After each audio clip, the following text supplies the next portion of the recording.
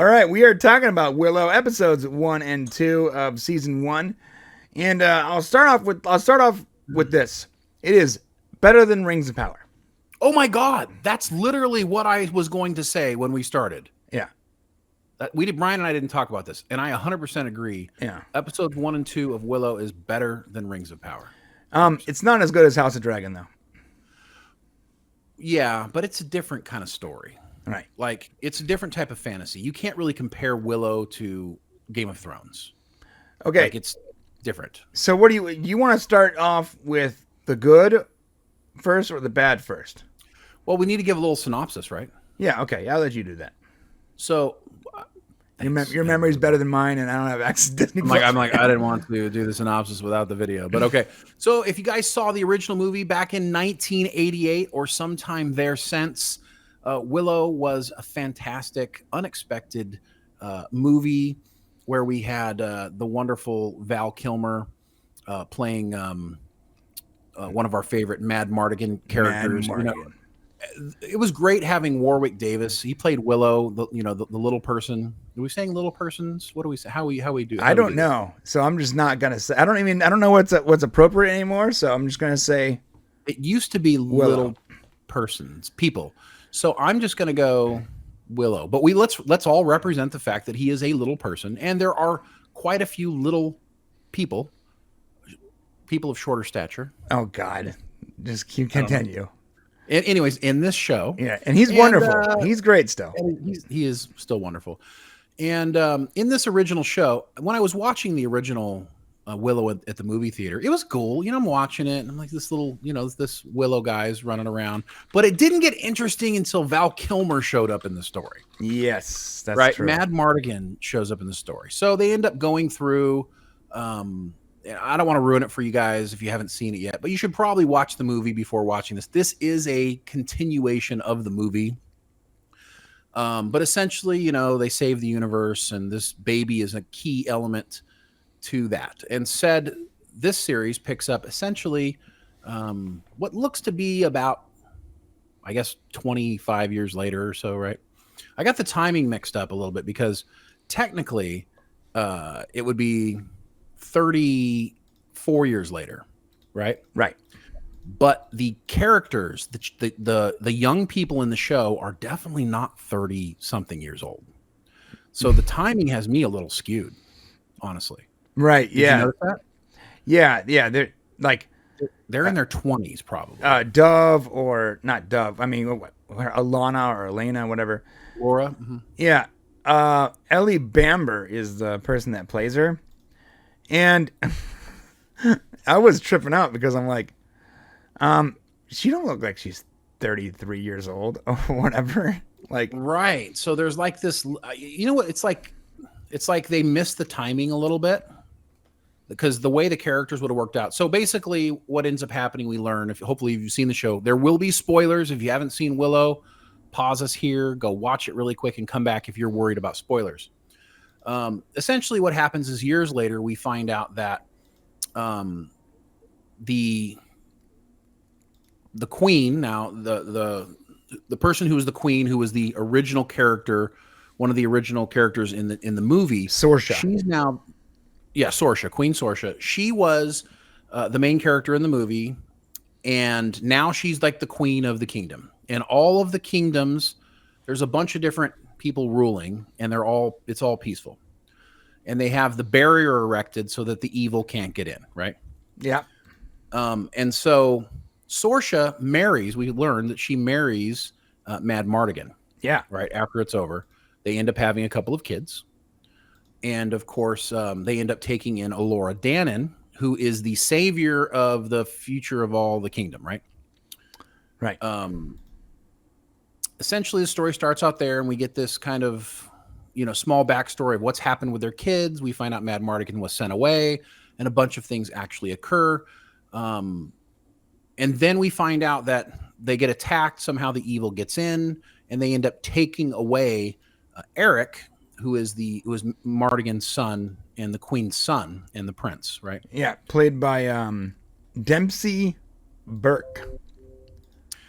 Right, and he's actually pretty good. I enjoyed his little take on Prince Charming, essentially. I mean, yeah, he was He was the most enjoyable part of the first episode for me.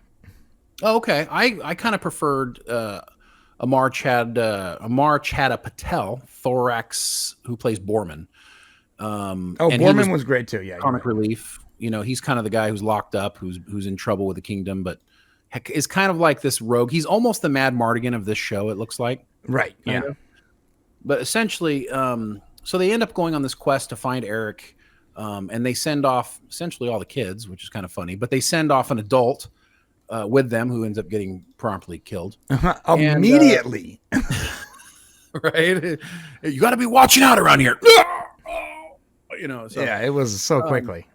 They find Willow, and essentially they're off looking for Eric. We learn this wonderful twist that we don't know who Alora is. They had put the baby in hiding, and then we get this wonderful surprise. So 2 episodes so far. That's where we're at. They're still trying to get to Eric, and Alora's been kidnapped. So that's what's happened so far. Yeah, he is. Eric is across the shattered sea, or something like that. Yeah, that's where nobody's ever been, I guess. So right.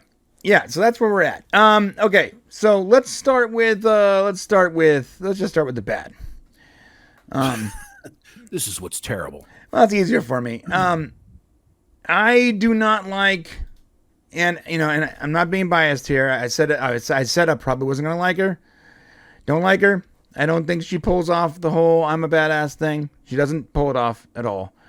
I don't really like the character.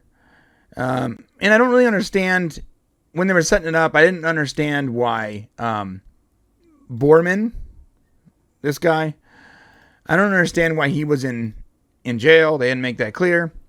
So I didn't like that. What's that? She did explain. He has a ton of crimes against the kingdom, but right. Most of them are relatively minor, but just enough to keep him in a lot of trouble. Right, but she like they have a connection though, clearly. Because she's he was part of Mardigan's crew. I see. Okay. Yeah, I guess I just didn't quite get that. I do like the character, but I don't really like Erin Kellerman. I just don't like the actress very much. I don't know. But you do have some prior issues with that actress. Yeah, I don't know why Disney keeps hiring this person. She never. I don't want to talk badly about someone I don't know, but every time she is in one of these shows, they make her like this badass and it never works. It literally never works. Didn't work in Solo. Didn't work in the Marvel series, whatever it was called, Falcon Winter, whatever it was called. And it doesn't work here. And she's clearly a Disney princess or a Disney cast member because they constantly keep putting her in these shows, but they are miscasting her. I think that they are. Well, yeah. I think they're casting her in roles that don't work. Like they need to give her, if they want to continue hiring her, give her better roles. And it's not like anyone is talking about how great she is in these other roles either. So, yeah, I think the problem is, I've been trying to find the best way to put this. In a lot of these programs that come out now, I'm noticing that I have a really hard time as an older guy connecting with a lot of the younger people in these shows. Like there's this whole new sort of feeling about younger audiences and younger characters that is just really, really different than myself. And I find myself not really enjoying a lot of that aspect to it. And I think that we have this feeling of how things should be. And then you have these younger audiences who, if you look at Stranger Things and you look at all of these TV shows that are out now, where the younger audience is just a different flavor. You've got kind of this, badass younger, always a girl. It's always a girl. I don't understand it either. It's like a different flavor. They're trying to like usurp this younger thing that's happening right now, and she's like the poster child of exactly what I'm talking about right now. Like if you were to pick someone out of like the ether of what we're discussing right now, like you'd pick that kid and be like, that's the one they're going to make do that. And we as like older dudes don't really get it, or like, it doesn't really make sense. It doesn't make sense. It also doesn't work for the story. Like I don't buy it. I didn't Well, buy it okay. in the Falcon series. So let me tell you why this might be an us problem. Because my 13-year-old son watched Willow episodes 1 and 2, and he thought that it was wonderful. And I specifically asked him what he thought about the kick butt girl knight, and he said, "Oh, she was awesome." So I'm just saying, like, I'm not saying you're wrong, and from our perspective, you're probably right to some degree because I don't feel in touch with these younger characters very well. They also talk like they're on the CW. I don't. That's another problem I had. To me, it seems like every show is that way. We were discussing Wednesday, which I know a lot of people like, and I'm going to give it a shot again. But I feel like everything is the CW in these shows when you have a younger main group of people. And maybe I'm wrong here, but doesn't it feel that way to you? Wednesday didn't feel that way to me. The first episode of Wednesday, when she first gets to the school, has that vibe because, like, the old trope where it's like, oh, send Sabrina in school, Wednesday in school, and you name, insert character here going to school. It's like a TV trope nowadays. But I feel like anytime the kids are interacting in a high school environment, it feels like the CW. Right, except for Wednesday, because the main character didn't have that CW vibe, and she almost, I felt like it was tolerable because the people around her were supposed to be giving that vibe, and she was supposed to be hating it, and so it worked on a better level. But this is like the medieval times, or whatever, right? And people shouldn't be speaking that way. It's not a modern day high school. So, and she's supposed to be a knight. Well, I wouldn't say Adam's family is either, but I mean, it's supposed to be modern day. They have cell phones and stuff. True, very true. But so here's the thing. So you've got this situation where I'm just saying, I get what you're saying, and I agree with you that I don't feel in touch with these characters, but I'm trying to watch it from a place of, well, maybe this wasn't made with just us in mind. Like, I get my characters. I get Willow, right? I get the funny, sure. The funny guy. Yeah, Borman. There's a lot of the characters that I do get and enjoy. To be honest, I understood Prince Charming, and I got this guy. This guy was actually, I thought he was going to be annoying me. He's a reflection of your childhood. Right, right. The awkward young man. Right, yeah. That was basically me. Oh, right. Yeah. Right, yeah. So, but another thing too is you were spot on about the age thing because I feel like everyone in it. And is this me because I'm 40? They are just too young. They're so young, bro. They are like so children. It's like they're children, and the queen is so quick to be like, "Yeah, go after him." Yeah, I was like, "Whoa!" That was even the princess was surprised. Oh, really? Oh, you're gonna send me? Right. So that's a great segue into the next thing I didn't like. It's funny because I started off sort of liking the princess, and then she got this weird the vibe she had.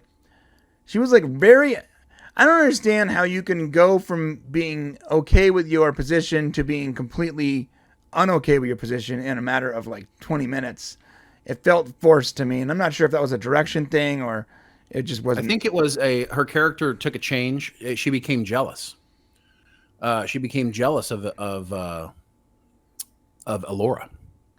So when that element was introduced, and all of a sudden, for whatever reason, I'm not sure why. Something about Alora makes her. She's obviously kind of started attacking her as soon as she showed up. Right. So there's something there that she doesn't like about her, and it probably has something to do with the fact that Alora's supposed to be special. So that made her character look not great. You're right. So I was like, she's okay, but great segue there. Why is Alora, who the queen knows who she is and her identity, why is she working in the kitchens? Well, because they're hiding her. That was the whole point, is to keep her hidden because evil's looking for her. So that's why they changed her name, gave her a new identity, and they put her in a place where nobody would think she was. That's a bummer identity. Yeah, hey, listen, we need to change your name, give you an identity, and you're going to be a servant now. Well, she didn't even know. Yeah. Like, she didn't know. And here's the thing is the queen kind of never wanted her to know. Like Willow, there was the flashbacks where Willow was like, let me train her when she was a little kid, right? Oh, I'm sorry. Quick thing. The flashback should have been Willow shaven And the new Willow should have had a goatee. They did that the wrong way, just to be clear. I think young men goatee, right? So now, of course, Warwick's a lot older. He's got the long hair. They should have given him a full beard or something. I don't know. I actually like Warwick's look a lot in the show. I love the long hair on him. He looks really good. And I will say they de-aged him appropriately. They did. Like I felt like he was de-aged. The de-aging thing definitely worked. But there's this whole moment where he wants to train her, and he knows that she has to be trained young or else the magic will never happen. And the queen secretly wants the magic to never happen. Like she thinks she's just going to hide away behind this bubble forever and everything's going to be okay. Right. But even though Willow and multiple people have now told the queen multiple times, the barrier is not going to hold forever. Right. She's lying to herself, just like people do. Right. This is what people do. Although the barrier is cool as hell. The barrier is cool. And we're still doing negatives, right? I'm sorry. Yeah, you're right. My bad. I apologize. Go ahead. Well, no, I was just going to say a positive thing for me is that there is definitely some human mistakes, frailties, problems, issues. There's no perfect characters here. Right. And I kind of like that about the show. Okay. So my final negative, and I'll hand it off to you. And I'm not trying to harp on it. And maybe you're right. Maybe it's because it wasn't made for me, but that's my final negative because we are the people that are going to have the most connection to this. So I understand how you want to make it for a new audience, but you can make it for a new audience and still respect the audience that is going to be the most excited about this, the people that grew up watching the movies.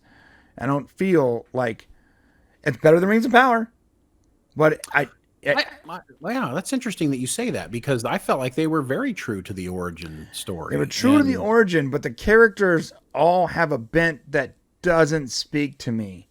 Borman is probably the closest character. Like I like Willow. Borman is probably the only character I actually believe is a badass. And can I ask you a question? And this will probably put a big thumb on it for you. Which characters were most important to you in the movie? Willow and Mad Martin, right? Yeah, and Mad, yeah. So what did you just say right now? You said Borman and Willow. So now you have your two characters. So was there anybody else from the movie that really mattered to you besides maybe the brownies? Oh, the Queen? Not really. The Queen? That was like kind of. She was like one of my first. Her and Carrie Fisher were like my two first crushes in life. Yeah, I mean, she was cool. But so what I'm trying to say is they've really just added more characters here. There's more of it. Yeah, and see that's unnecessary. I don't know if they need so many characters. I also feel like the princess, Ruby Cruz's character and Ellen Callan's character are pretty much the same character. They serve the same purpose. They both fight. They both like. I understand that. True. I mean, they don't like aside from being different people and having different positions. They really there's a divergence in personality and character. So one is very loyal, right, and wants to do what's right for the kingdom. The other one is more selfish. That's true. But like if you're setting up a quest, do you have two healers, two blasters, two tanks? No, I mean no, but we have all tanks. And we get a little magician with Willow. So all of them are fighters except for Nora, I guess is going to be right. So like in the classic, let's talk about Wizard of Oz, Star Wars, Stargate, every movie that has like the quest elements to it. You have the various characters that sort of make up. In fact, I would argue that most of these archetypes were. What's that? You can just put up a new background when you get a chance. Oh yeah, how about Warwick? Look at this character. Yeah. See, you don't even like the character very much. No, it's just we got people watching. They have something more interesting. Oh my bad. Let me just put this up. I would argue that I would argue Star Wars borrowed their archetypes from a lot of movies. Borrowed their archetypes from Wizard of Oz, and you have those archetypes. You don't need two of those archetypes. You don't need three of those archetypes. Yeah. No, I think you're right. But Disney Plus has an agenda. especially for their shows, their streaming shows, and that they're going to meet a target audience of somewhere between the ages of 12 and 30. Like that's Disney Plus's target audience. And here's the problem. This movie came out in 88. A lot of the old people that watch it, like us, are not Disney Plus's target audience. Right. And so there's going to be some mushing of the two things. They got to get enough of us in that we're going to drag our kids in to watch it, right? Right. Yeah. But here's the good news about this, Brian. It's made by the same people who made the movie. Right, and that's evidence. Ron Howard back, you got Kasdan back. And they're trying to, and I actually also have a couple of bad things, but I do want to say something good here.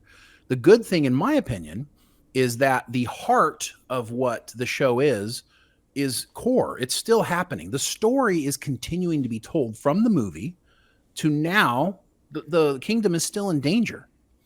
You know what I'm saying? From the same evil force that was from the movie. Right. It's still continuing the story. And I think that's, for anybody who's looking for entertaining things to watch, this is better than most that we have out there right now. And I gotta tell you, the people, the studio that is made Mandalorian, which is the same studio, I think, they need to learn from these showrunners and use the music that made the movie popular.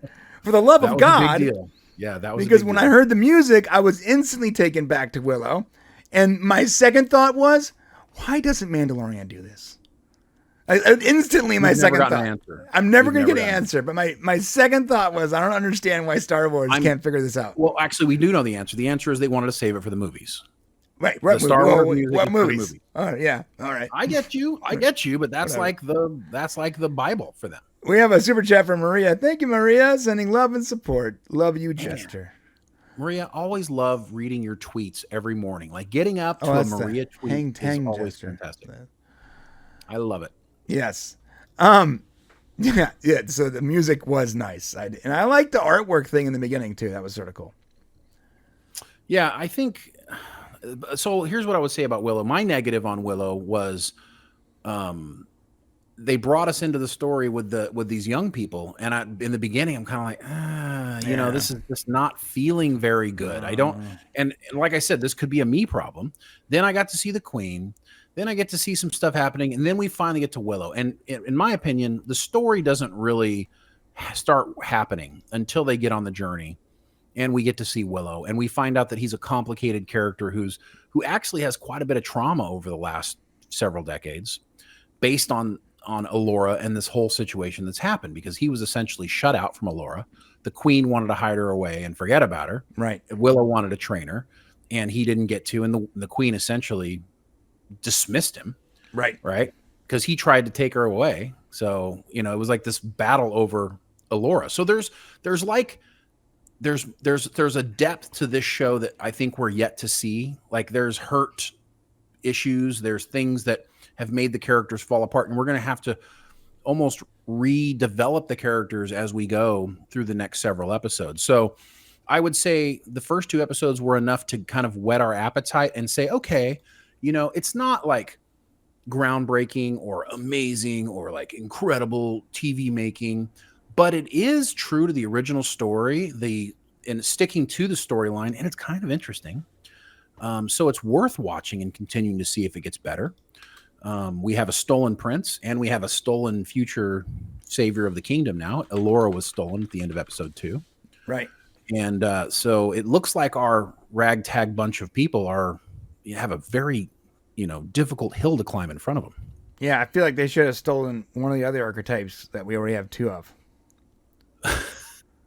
I mean, like I said, you might be right that we're missing something. I have a feeling the princess is going to probably make some sort of a change as the character. The character's obviously flawed significantly.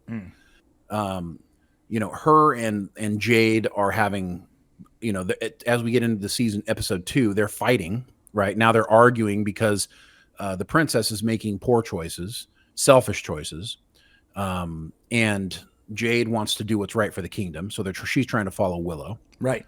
You have this like infighting happening, right? So there's lots of things occurring here, and now they're off again. And I just think there's enough intrigue here for people to continue watching the show, and I think I don't know. I think it's going to be a good show to watch over the next several weeks. Yeah, I gotta say, I'm not turned off yet. I'm cool with it. I understand they couldn't have Mad Morgan in the show. I understand the difficulty with but his story's still there. The character's still in the show. Right, but why did they have to make him like a deadbeat dad? Doesn't that sort of hurt the character? He's not a deadbeat dad. Yeah. So they unraveled his story a little bit. We're learning more about it. He left for a very specific reason. So you're saying there's going to be more to it than what they already said. They've already given us more. The Queen, we learned the Queen sent him away on a special mission. He never returned. So yeah, in the eyes of his children, he's a deadbeat dad, but we've already learned that he's not, right? But we just don't know what exactly it was he was doing. Why didn't their Queen correct him for that? I don't know. That's cool. I don't know. That's something else we gotta learn. Yeah, we gotta learn that. One more good thing for me is that Warwick Davis's actual daughter is in the show. Oh, really? Yep, that's her. That's his actual daughter. In fact, his actual son is at some point going to make an appearance in the show too, which I think is awesome. His daughter's playing his wife. No, his daughter's playing his daughter. Oh, was that his wife or his daughter in the show? Yeah, I missed that. Yeah, we have not seen Willow's wife yet. But his daughter is playing his daughter. Well, then we're not going to see his wife. We're not going to. We would have seen her. Yeah. Well, that's awesome. Great. Yeah, that's great. I love that so much. Well, and her acting was great too. Like she really compelled him to go on the journey. Like he's obviously suffering from this thing he said where he basically didn't care about. He said, "I don't care about you. I don't care about Allura. I'm not going to help you." Now he's got to change this entire philosophy he's felt probably for the last 15, 20 years. Right. And his daughter helped him get through that. I thought that was great. Yeah, I thought it was great, and I felt genuine concern for her when she met up with the bad guys at the end of season 2. So, I think that's good. I think there's something here. I do believe that, I think that this show can be something. I hope there's a lot more to Mad Morgan's story that we do not know, and I hope his kids get more insight on him. That's one of my favorite characters of all time. I understand they can't bring him back because Val Kilmer just can't act, right? Which we're going to talk about here shortly, and we're also going to address the one thing we really haven't addressed so far, and that's the gay character situation, which we'll talk about right after this review's over. Yeah, and that was a little jarring for me, but whatever, it's fine. Yeah, but overall, I enjoyed it. And I gotta say, as far as Rings of Power is concerned, just as a comparison to two, because it's a very apt comparison here. You have movies I watched when I was a kid that made series. Movies I watched when I was a kid that made series, both in the fantasy genre. That's why I'm comparing them. And comparing these two things, I was falling asleep for the first 2 episodes of Rings of Power. I literally could not care less about a single character in Rings of Power. I had no interest in it the entire time. None of the characters grew on me. For Willow, I like Borman. I like, I'm going to get the name wrong. Allura. Oh, Allura? Allura. I liked, the princess, whatever. And I liked, Queen Sorsha? Queen Sorsha. So I liked all the original characters, and as far as the new characters go, I do like the prince that's with them. I think that he has a weird archetype. He's almost like a support character, like he understands the language. Don't really understand why he's there, other than like he was shamed into going with her, Oh, well, I mean, I think his dad's like, look, be a man. Like you haven't, like that character has his own problems. Like his dad's obviously disappointed with the man he's becoming. And you look, but he's got his specialties, right? He let Allura know, look, I know about books and I can help you learn this magic, if you want, blah, blah, blah, all awkward like he was. There's this character. What's great about the show? All the characters have depth. There's levels of depth to the characters that we don't see in a lot of shows these days, like Rings of Power. Yeah. So there's depth. Each character has his own thing going on or her own thing going on. I think some of the depth is perceived though. Like I don't I don't get very much depth out of this, and I could be completely who? just overlaying my thoughts because this actress is constantly being portrayed in this role and doesn't work for me. I think you are, because this character has quite a bit of depth. She was about to leave. She's got a crush on the princess, right? She's about to Does she have a crush on the princess, or does the princess have a crush on her? No, she has a crush on the princess, 100%. Yeah, I couldn't. She's the one who looked at her when they opened their eyes and their hands were kind of close together, and she's looking at her. The princess may have a crush on her too, to some degree. Maybe he isn't aware of it, but this one definitely has a crush on the princess. Okay, right. The princess is about to marry this other guy. Yeah, so if they somehow manage to sell me on this character, then it's a win. But yeah, well, as of right now, I'm in order to enjoy it, I just have to sort of ignore her. I think you need to stop, if you can, just stop taking the try not to look at her as a girl, right? Try to just look at her as a potential knight, because her goal is to be a knight. That's what she wants to do. A knight for her kingdom. She wants to fight for her kingdom. She's loyal to everything going on there. So maybe just try to eyeball the character that way going forward to see if something feels right, and kind of get rid of the things on the periphery that make you want to judge the character. Yeah, but you know what I mean? The Falcon and Winter Soldier thing, I get it. So I bad. Get it, dude. Old stuff. Listen, I know, but she's playing such a similar character again.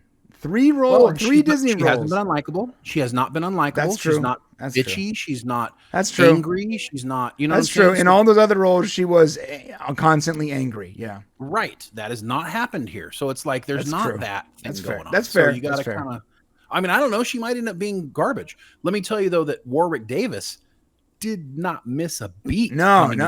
Yeah. You know what's funny is, yeah, you were telling me, I was like, listen, if Willow isn't about Willow, I'm out. Right. I said that. I said before we watched the show, I said, listen, if Willow isn't about Willow, I'm out, dude. Yes. And you were like, I'm not sure if the little guy can carry the whole show. I wasn't sure. I was like worried about him, Right. But he does it. Nah, he pulls it off. Totally does. He pulls it off. Totally, man. He gives it to the queen, dude. He's not just taking it sitting down. You know what I'm saying? He's right back in this role. And you totally buy that he's an older, wiser version of Willow. Although, this might be a negative, I really hope that he gets to actually show us some of his sweet sorcerer skills, because I hope so too. So far, he's just been doing the normal Willow stuff that we've seen before. I think it'll happen. If they unleash it now, it's not going to mean anything when we get to some sort of a crescendo in the show. That's true. We need him to save it, because once it's out, now it'll be done. You know what I mean? Right. Yeah. We need in some dire moment, we need him just to raise his hands and just be a boss. We need that. Did you see that nice throwback when Queen Sorce is like, "Oh yeah, what are you going to do? Your disappearing pig trick?" Right? Oh, right. Back to the movie. It's just like Sorce was a little mean to him too, which I didn't understand that. Well, she's scared, man. She's scared, and she thinks she doesn't want Elora to come to her magic and then possibly ruin everything that she's got built here. She's in fear of her kingdom being taken. She thinks that the shield's going to protect her. So she's operating in fear. That's what I love about this show. The characters are operating based on human emotions that everybody feels and is reasonable and we can recognize. So, is it the best show on TV? No, but it's definitely not a bad show. So, you weren't aware of this character being what's her name? Elora, right? Elora Danan, yeah. Until he revealed it, you weren't really aware. But when she went through the barrier, that wasn't like a hint for you at all? They all went through the barrier. No. She went through the barrier face first. They went through a doorway built into the barrier. Oh, I didn't see that part. Really? Yeah. So they went through the doorway. She ditched them, and she walked on a log, and she went through the barrier as a person. A barrier that was supposed to block everything. She was able to walk through it when they had to go through a doorway. That's why I was confused, because somehow I missed the moment when they went through the barrier, and I'm like, how did I miss that? I just assumed they walked through it as well. So yeah, that would have been a good giveaway that she was special. Interesting too. No one was concerned on how she even got there when she showed up. They were like, oh, so we gotta admire her persistence. Hey guys, aren't you? No one's asking the question on how she got there. Well, she rode a horse there. No, followed her. she was walking. No, he got her off of a horse. He grabbed her. Yeah, no, he came out from behind the tree, the Borman, and grabbed her. She was on a horse. No. She wasn't on a horse when they found her again through the barrier. She wasn't on a horse. Oh, no, she was walking. Yeah, you're right. I don't know what that was all about. Yeah, they should have been like, "Hey, how did you get here?" Well, I mean, my first question would have been like, "How did she get here?" well, she walked. Yeah, I guess they weren't far from the barrier where they camped. Right. All right. So yeah, that's pretty much it for me. You know, I'm gonna keep watching, and I think there's a lot of potential here. I think there's a lot of promise. I hope that there's a lot more to Mad, because that's my favorite character, and I hope they honor Mad Mornigan. I understand that Val Kilmer can't be in it, but they need to honor Mad Mornigan. Yeah, I agree 100%. And we're going to talk about more of that here coming up soon.